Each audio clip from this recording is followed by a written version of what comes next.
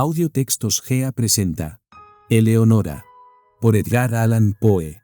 Vengo de una raza notable por la fuerza de la imaginación y el ardor de las pasiones. Los hombres me han llamado loco, pero todavía no se ha resuelto la cuestión de si la locura es o no la forma más elevada de la inteligencia, si mucho de lo glorioso, si todo lo profundo, no surgen de una enfermedad del pensamiento, de estados de ánimo exaltados a expensas del intelecto general. Aquellos que sueñan de día conocen muchas cosas que escapan a los que sueñan solo de noche. En sus grises visiones obtienen atisbos de eternidad y se estremecen, al despertar, descubriendo que han estado al borde del gran secreto. De un modo fragmentario aprenden algo de la sabiduría propia y mucho más del mero conocimiento propio del mal. Penetran, aunque sin timón ni brújula, en el vasto océano de la luz inefable, y otra vez, como los aventureros del geógrafo Nubio. Diremos, pues, que estoy loco. Concedo, por lo menos, que hay dos estados distintos en mi existencia mental: el estado de razón lúcida, que no puede discutirse y pertenece a la memoria de los sucesos de la primera época de mi vida, y un estado de sombra y duda, que pertenece al presente y a los recuerdos que constituyen la segunda era de mi existencia. Por eso, creed lo que contaré del primer periodo, y, a lo que pueda relatar del último, conceded tan solo el crédito que merezca, o dudad resueltamente, y, si no podéis dudar, haced lo que Edipo ante el enigma. La amada de mi juventud, de quien recibo ahora, con calma, claramente, estos recuerdos, era la única hija de la hermana de mi madre, que había muerto hacía largo tiempo. Mi prima se llamaba Eleonora. Siempre habíamos vivido juntos, bajo un sol tropical, en el valle de la hierba irisada. Nadie llegó jamás sin guía a aquel valle, pues quedaba muy apartado entre una cadena de gigantescas colinas que lo rodeaban con sus promontorios, impidiendo que entrara la luz en sus más bellos escondrijos. No había sendero hollado en su vecindad, y para llegar a nuestra feliz morada era preciso apartar con fuerza el follaje de miles de árboles forestales y pisotear el esplendor de millones de flores fragantes. Así era como vivíamos solos, sin saber nada del mundo fuera del valle, yo, mi prima y su madre. Desde las confusas regiones más allá de las montañas, en el extremo más alto de nuestro circundado dominio, se deslizaba un estrecho y profundo río, y no había nada más brillante, salvo los ojos de Eleonora, y serpeando furtivo en su sinuosa carrera, pasaba, al fin, a través de una sombría garganta, entre colinas aún más oscuras que aquellas de donde saliera. Lo llamábamos el río de silencio, porque parecía haber una influencia enmudecedora en su corriente. No brotaba ningún murmullo de su lecho y se deslizaba tan suavemente que los aljofarados guijarros que nos encantaba contemplar en lo hondo de su seno no se movían, en quieto contentamiento, cada uno en su antigua posición, brillando gloriosamente para siempre. Las márgenes del río y de los numerosos arroyos deslumbrantes que se deslizaban por caminos sinuosos hasta su cauce, así como los espacios que se extendían desde las márgenes descendiendo a las profundidades de las corrientes hasta tocar el lecho de guijarros en el fondo. Esos lugares, no menos que la superficie entera del valle, desde el río hasta las montañas que lo circundaban, estaban todos alfombrados por una hierba suave y verde, espesa, corta, perfectamente uniforme y perfumada de vainilla, pero tan salpicada de amarillos ranúnculos, margaritas blancas, purpúreas violetas y asfódelos rojo rubí, que su excesiva belleza hablaba a nuestros corazones, con altas voces, del amor y la gloria de Dios. Y aquí y allá, en buscuesilos entre la hierba, como selvas de sueño, brotaban fantásticos árboles cuyos altos y esbeltos troncos no eran rectos, mas se inclinaban graciosamente hacia la luz que asomaba a mediodía en el centro del valle. Las manchas de sus cortezas alternaban el vívido esplendor del ébano y la plata, y no había nada más suave, salvo las mejillas de Eleonora, de modo que, de no ser por el verde vivo de las enormes hojas que se derramaban desde sus cimas en largas líneas trémulas, retozando con los céfiros, podría habérselos creído gigantescas serpientes de Siria rindiendo homenaje a su soberano, el sol. Tomados de la mano, durante 15 años, erramos Eleonora y yo por ese valle antes de que el amor entrara en nuestros corazones. Ocurrió una tarde, al terminar el tercer lustro de su vida y el cuarto de la mía, abrazados junto a los árboles serpentinos, mirando nuestras imágenes en las aguas del río de silencio. No dijimos una palabra durante el resto de aquel dulce día, y aún al siguiente nuestras palabras fueron temblorosas, escasas. Habíamos arrancado al dios Eros de aquellas ondas y ahora sentíamos que había encendido dentro de nosotros las ígneas almas de nuestros antepasados. Las pasiones que durante siglos habían distinguido a nuestra raza llegaron en tropel con las fantasías por las cuales también era famosa, y juntos respiramos una dicha delirante en el valle de la hierba irisada. Un cambio sobrevino en todas las cosas. Extrañas, brillantes flores estrelladas brotaron en los árboles donde nunca se vieran flores.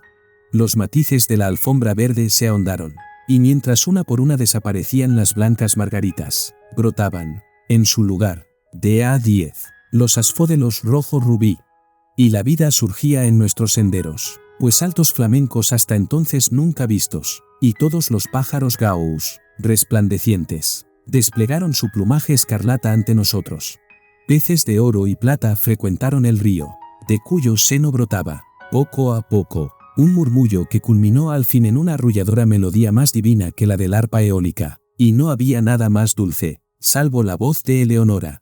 Y una nube voluminosa que habíamos observado largo tiempo en las regiones del Éspero flotaba en su magnificencia de oro y carmesí, difundiendo paz sobre nosotros. Descendía cada vez más, día a día, hasta que sus bordes descansaron en las cimas de las montañas, convirtiendo toda su oscuridad en esplendor y encerrándonos como para siempre en una mágica casa, prisión de grandeza y de gloria. La belleza de Eleonora era la de los serafines, pero era una doncella natural e inocente, como la breve vida que había llevado entre las flores. Ningún artificio disimulaba el fervoroso amor que animaba su corazón, y examinaba conmigo los escondrijos más recónditos mientras caminábamos juntos por el valle de la hierba irisada y discurríamos sobre los grandes cambios que se habían producido en los últimos tiempos.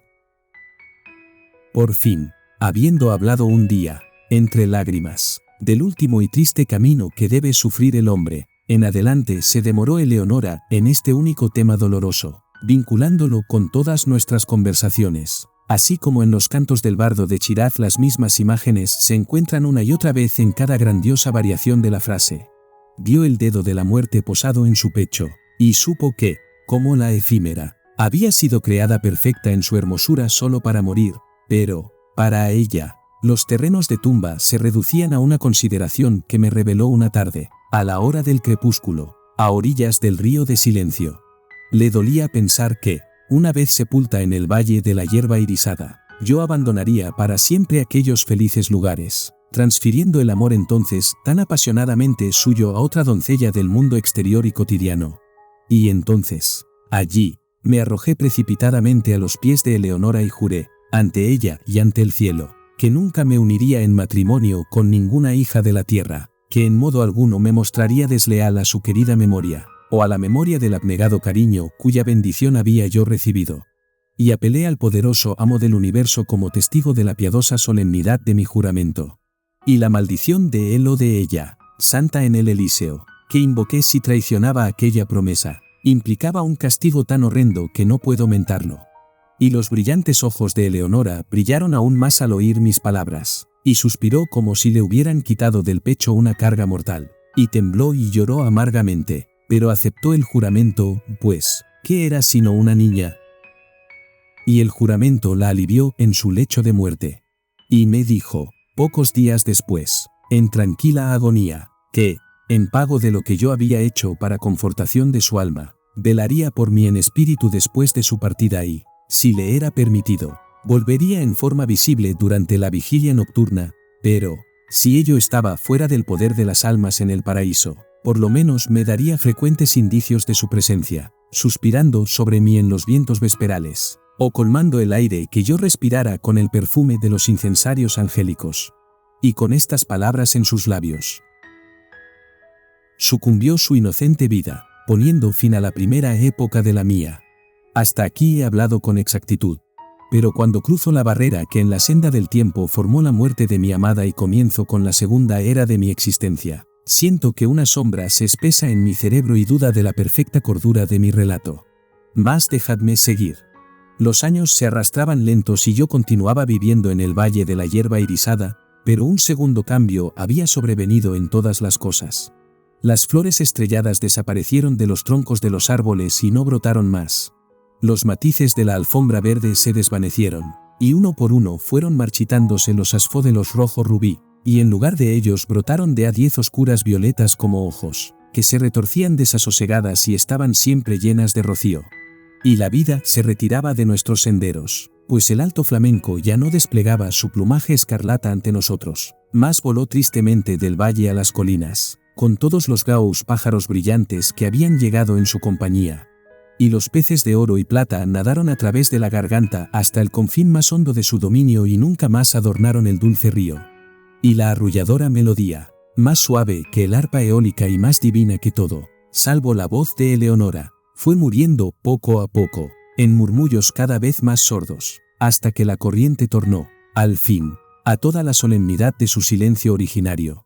Y por último, la voluminosa nube se levantó y, abandonando los picos de las montañas a la antigua oscuridad, retornó a las regiones del Éspero y se llevó sus múltiples resplandores dorados y magníficos del valle de la hierba irisada. Pero las promesas de Eleonora no cayeron en el olvido, pues escuché el balanceo de los incensarios angélicos, y las olas de un perfume sagrado flotaban siempre en el valle, y en las horas solitarias, cuando mi corazón latía pesadamente, los vientos que bañaban mi frente me llegaban cargados de suaves suspiros, y murmullos confusos llenaban a menudo el aire nocturno, y una vez, pero solo una vez, me despertó de un sueño, como el sueño de la muerte, la presión de unos labios espirituales sobre los míos. Pero, aún así, rehusaba llenarse el vacío de mi corazón. Ansiaba el amor que antes lo colmara hasta derramarse. Al fin el valle me dolía por los recuerdos de Eleonora, y lo abandoné para siempre en busca de las vanidades y los turbulentos triunfos del mundo. Me encontré en una extraña ciudad, donde todas las cosas podían haber servido para borrar del recuerdo los dulces sueños que tanto duraran en el valle de la hierba irisada. El fasto y la pompa de una corte soberbia y el loco estrépito de las armas y la radiante belleza de la mujer extraviaron e intoxicaron mi mente. Pero, aún entonces, mi alma fue fiel a su juramento, y las indicaciones de la presencia de Eleonora todavía me llegaban en las silenciosas horas de la noche. De pronto, cesaron estas manifestaciones y el mundo se oscureció ante mis ojos y quedé aterrado ante los abrasadores pensamientos que me poseyeron, ante las terribles tentaciones que me acosaron, pues llegó de alguna lejanísima tierra desconocida, a la alegre corte del rey a quien yo servía, una doncella ante cuya belleza mi corazón desleal se doblegó enseguida, a cuyos pies me incliné sin una lucha, con la más ardiente, con la más abyecta adoración amorosa, que era, en verdad, mi pasión por la jovencita del valle, en comparación con el ardor y el delirio y el arrebatado éxtasis de adoración con que vertía toda mi alma en lágrimas a los pies de la etérea Ermengarda. Brillante serafín, Ermengarda. Y sabiéndolo, no me quedaba lugar para ninguna otra. Divino ángel, Ermengarda. Y al mirar en las profundidades de sus ojos, donde moraba el recuerdo, solo pensé en ellos, y en ella. Me casé, no temí la maldición que había invocado, y su amargura no me visitó. Y una vez, pero solo una vez en el silencio de la noche, llegaron a través de la celosía los suaves suspiros que me habían abandonado, y adoptaron la voz dulce, familiar, para decir: duerme en paz. Pues el espíritu del amor reina y gobierna y, abriendo tu apasionado corazón a Ermengarda, estás libre, por razones que conocerás en el cielo, de tus juramentos a Eleonora. Audio textos Gea. Eleonora.